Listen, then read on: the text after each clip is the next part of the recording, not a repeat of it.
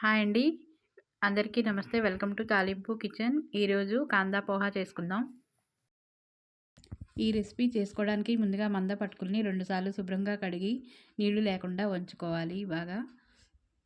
తర్వాత స్టవ్ వెలిగించి బాండీ పెట్టుకుని నూనె వేసి వేడైన తర్వాత పల్లీలు వేయించుకోవాలండి ఎర్రగా. అవి వేగిన తర్వాత కొంచెం జీడిపప్పులు వేసుకుందాం.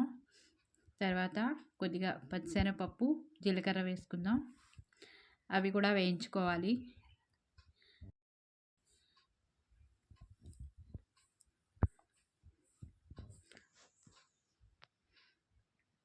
వేయించుకున్న తర్వాత కరివేపాకు, పచ్చిమిరపకాయలు, ఉల్లిపాయలు, అల్లం ముక్కలు కొద్దిగా వేసి అవి కూడా వేయించుకుందామండి. అవి కూడా వేయించుకోవాలి.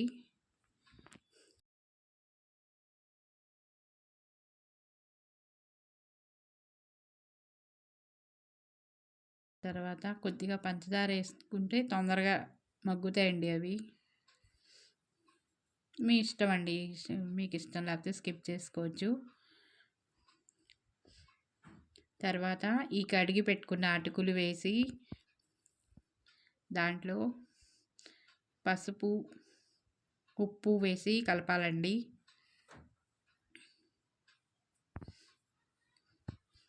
పసుపు, తగినంత ఉప్పు వేసి కలుపుకోవాలి. శుభ్రంగా ఈవెన్గా మొత్తం కలుపుకోవాలి. అంతా కలిసేట్టు పసుపు అంతా.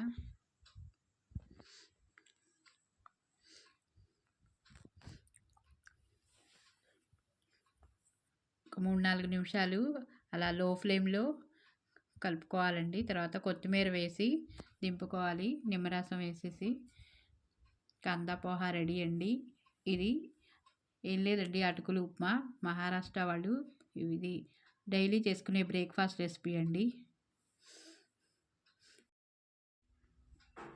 ఈ రెసిపీ కనుక నచ్చినట్లయితే సబ్స్క్రైబ్ చేయండి, లైక్ చేయండి, షేర్ చేయండి.